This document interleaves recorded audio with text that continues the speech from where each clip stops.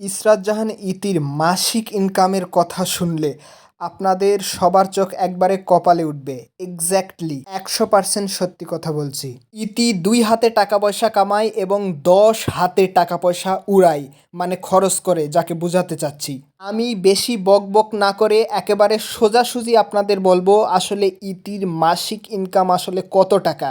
ইতির YouTube চ্যানেলে প্রায় 3 million subscriber আছে এবং ইতির প্রত্যেকটা ভিডিওতে 2.5 লাখ থেকে 4 লাখ প্লাস পর্যন্ত ভিউজ হয়ে থাকে।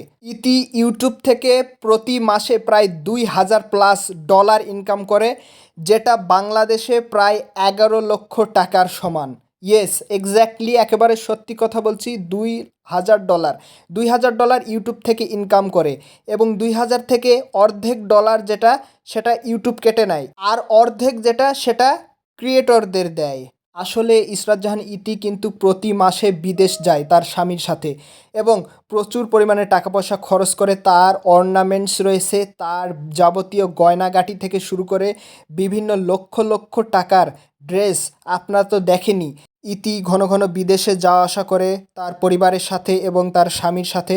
আমরা দেখতেই পাই তার ইউটিউব চ্যানেলে ভিডিও দিয়ে থাকে। তার জুয়েলারি থেকে শুরু করে বিভিন্ন দামি দামি ড্রেস যেগুলো রয়েছে সে কিন্তু নিজের টাকা দিয়ে কেনাকাটা করে, কারো কাছে হাত পাতে না। যেরকম তার বড় বোন অন্তরা অনেক বড় কন্টেন্ট ক্রিয়েটর, তার হাজব্যান্ড রাকিব হোসেন একজন দেশের সেরা, বাংলাদেশের মধ্যে সর্বপ্রথম 20 মিলিয়ন হিট করেছে কন্টেন্ট ক্রিয়েটরদের মধ্যে, ব্লগারদের মধ্যে তার ভাগ্নি ইতি। এবং ইতির যে প্রথম ভিডিওটা ছিল ইউটিউবের ফার্স্ট ভিডিও, 15 মিনিটের একটা প্রথম ভিডিও করেছিল, ওই একটা ভিডিও দিয়ে কাজ হয়ে গেছে। আমরা অনেকে আছি যে বছরের পর বছর ভিডিও দিয়েও চ্যানেল মনিটাইজেশন করতে পারি না। আমি আজকে 2 বছর থেকে ভিডিও বানাচ্ছি কিন্তু এখনও পর্যন্ত সফলতার দেখা পাইনি। কখন পাবো জানি না, কি আছে ভাগ্যে। আজ পর্যন্ত একটা টাকাও ইউটিউব থেকে পাইনি।